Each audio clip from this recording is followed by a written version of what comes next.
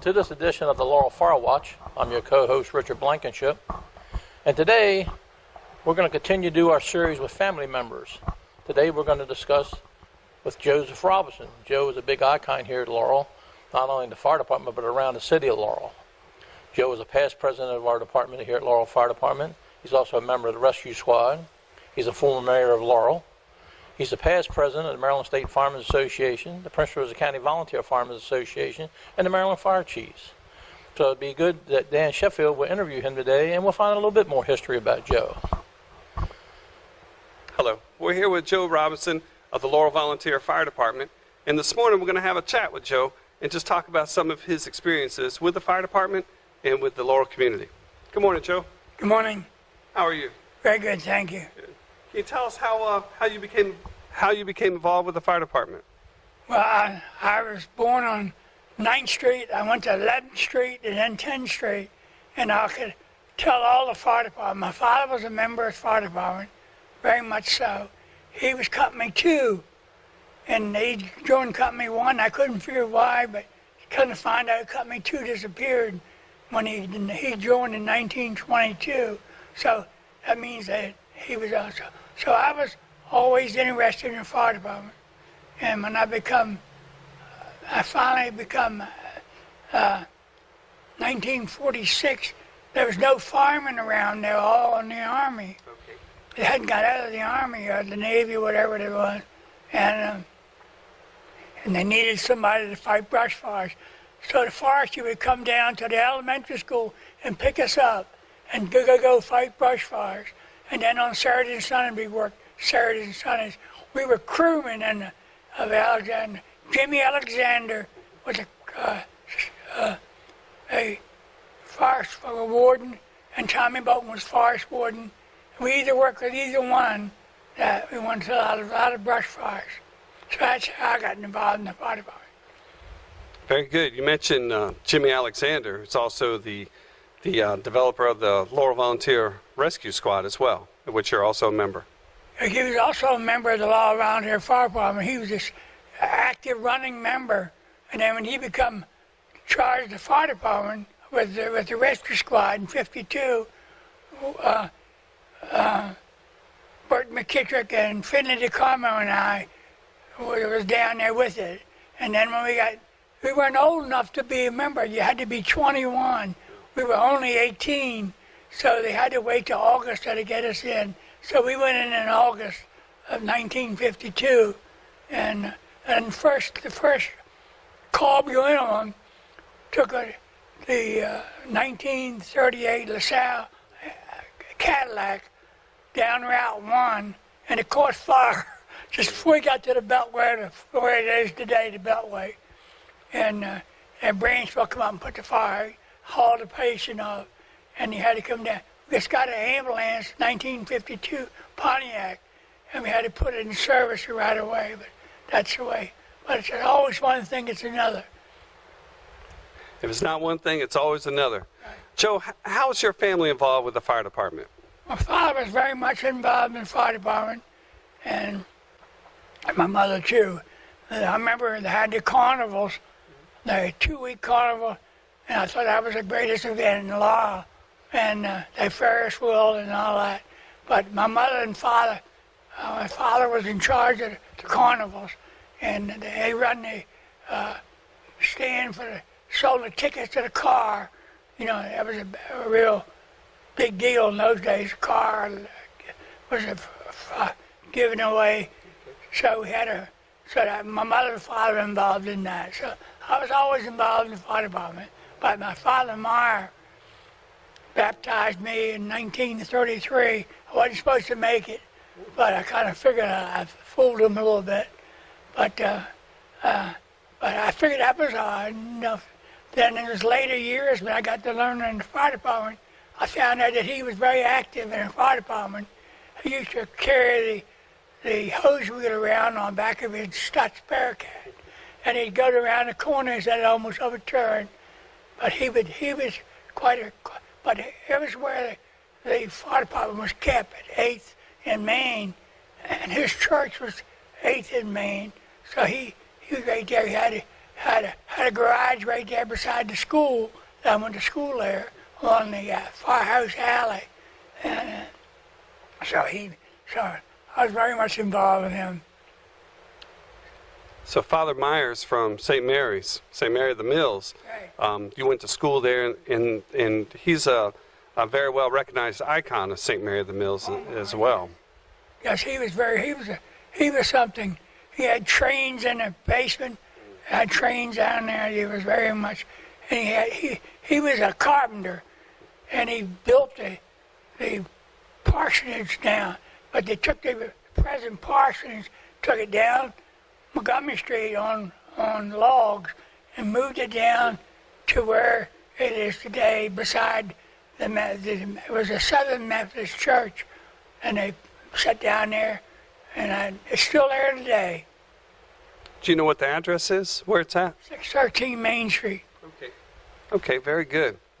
Now, Joe, can you tell us, how'd you meet your wife? My wife on ice skating it's at Laurel Lake. I was ice skating, and I met her right there. And I went to school with her brother, but I didn't know she had a sister. Very good. And you had brothers involved in the fire department also?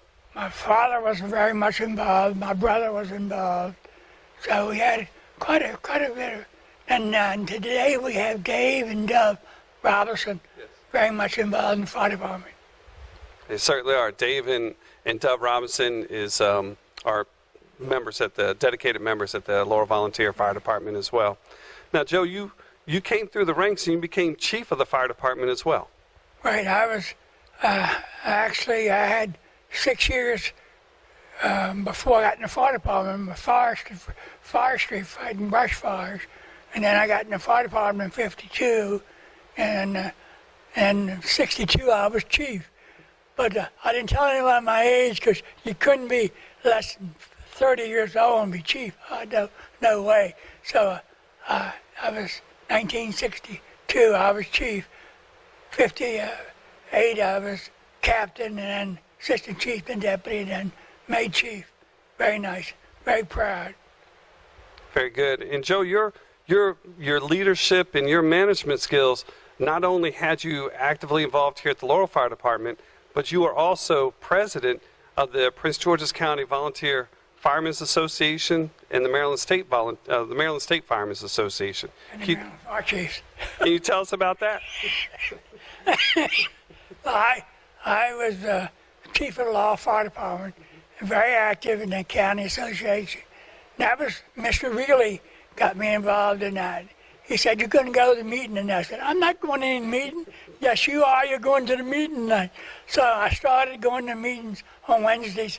The first Wednesday of the month, still is Wednesday in the month, and become involved in the fire department. And then I was BC before charter. Okay. And I was president in 1968, so I was pretty good. And then I become very much involved in the fire service and the Maryland State Firemen Association. I was a historian. I took care of the pictures, took all the pictures down at Ocean City and all that. And then whenever they needed something, they took me along to take. So I was very much involved in the fire service by taking pictures. And then so then when we finished up, that's how come I come president. 1989, president of the Maryland State Firemen Association. Very good. Very good. You've done as well. And Joe, we're going to take a minute. Can you talk with us about your book that you have? If you can hold the book and talk to us about it. This is a very nice book. It's the 100th anniversary of the Laurel Volunteer Fire Department in 2002. We were organized in 1902 by the City of Laurel Volunteer Fire. It was called the City of Laurel Volunteer Fire Company #1. There was #2 and #3, and they disappeared after we got a fire truck in 1922, and then we got the pumper, old Liz, in 1928. So that's the way it was. That's right. That was the fire department. Very good. And Joe, you also served the city residents as the town mayor. Yeah, yeah. I wasn't supposed to be mayor. I'm become a council member. We had a meeting in the firehouse one night, and after the meeting was Bobby Joe and Craig and Steve Turney says, "You want to run for the city council?" I said, "Yeah, I'll run." So that's how I run. So then it got to be 2 years of that, and then they said, "Well, you're going to be president." I said, "No, I don't want to be chief. I don't want to be mayor." I said, so we decided Stevie Turney was going to be mayor. So Stevie said, "I had to see you at the firehouse." So I knew something was up. She says, "I can't run for chief." So I said, "Okay, I'll run for mayor." So that's how come I've been mayor. 4 years mayor, 1990 to 94. That's a well dedication of time right there and resources for us. I retired from the Postal Service in 1988 in Washington, D.C., and then I became city council member and then mayor. So to 94, I was busy. Joe, it's interesting that you would say that because a lot of people I talk to, after they retire from their career, they become more involved in the fire service, and they keep so busy they don't know how they have time for it all. Yeah, that's true. I remember that. I went to University of Maryland for a year, and they had, I had a class, a speaking class, and they had a train wreck down in Odenton, and I remember taking the squad truck down there and going to the back in there, and so I spoke on that. That was one of my better things in college, was that speaking engagement. Very nice. Joe, can you share with us a memorable event that you've had here with the fire department? There's a lot of memories of fire department. I don't know of any particular one, but we had major fires. Black Cat's father was chief of Savage, and we had Golden Keys. Built the homes, at least the home next to me was built by Golden Keys. It was a manufacturing over at Annapolis Junction and caught fire, and that was quite a fire. That was the biggest fire I ever had, and Black Cat's father, was the chief of Savage in it. Very good. And a lot of your memoirs are dedicated in your book as well. Yes. A lot of things in members here.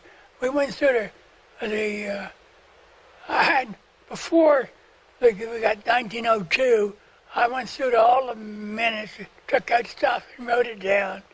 And then some of it really come back to haunt us here. But the way the book reads, starts out 1902, then that's the way it was. That's the way it was.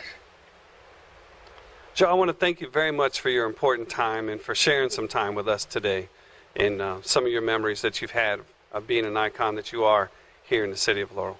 Thank you. Thank you very much, and I appreciate you taking time to listen to me. Thank you. Thank you. But I also want to talk today, our safety tip today is how to fight a grease fire on the stove.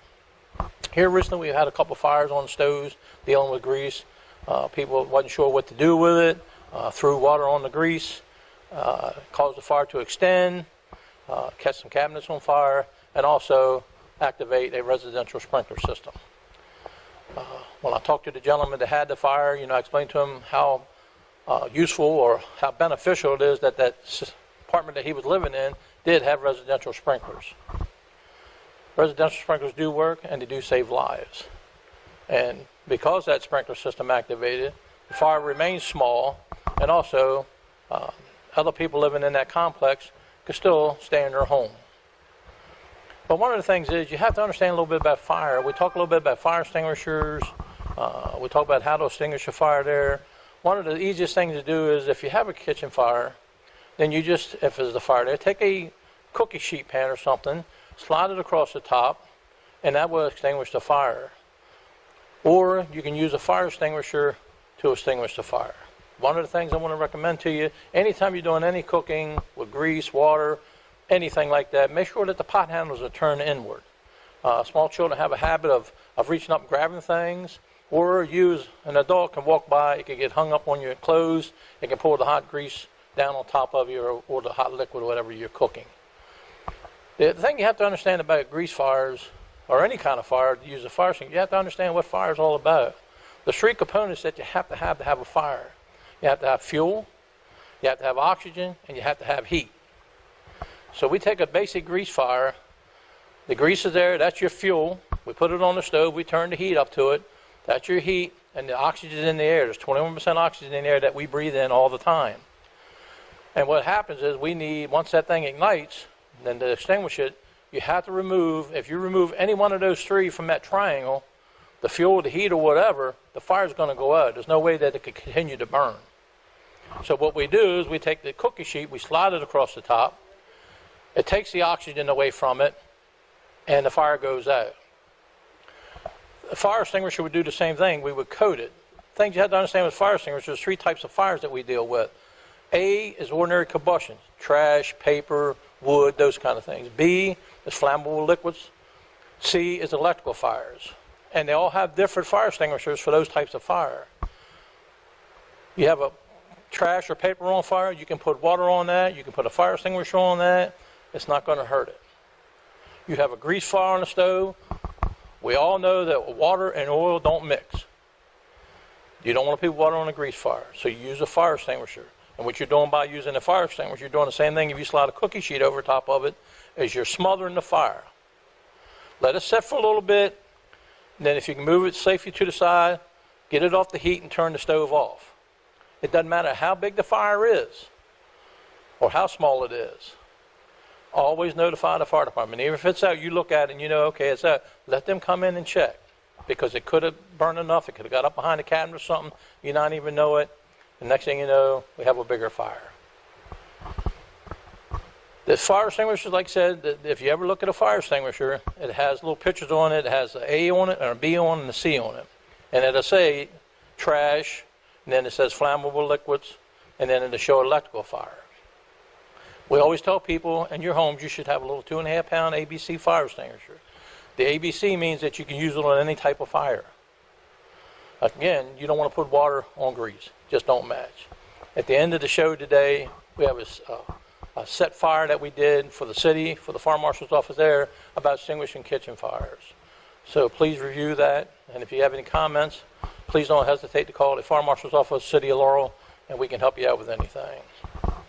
So I'd like to thank my co-host, Dan Sheffield, for interviewing Joe today, and I also have to thank my buddy from behind the camera, Paul Kirkpatrick. He don't get a whole lot of recognition because you don't see him, but he does his show for us every month, and at no cost to us, and we appreciate. He's also a member of our department, and we get to do this show. And again, I'd like to thank Joe Robison for his history today. Like I said, there's a gentleman there that I've known since I joined this fire department. So much history there. Neither at our company meetings. He talks about the history of the department. We take a few minutes to do that at every meeting. And like I say, Joe is a world of knowledge when it comes to this fire department.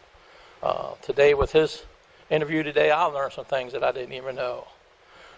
And I know he talked about my dad being the chief of Savage when they had a fire at the Golden Keys lumber yard. Well, years later, when I worked for Harris County, we had a fire in that same lumber yard. It was just under a different name, but at one time I was at that same place.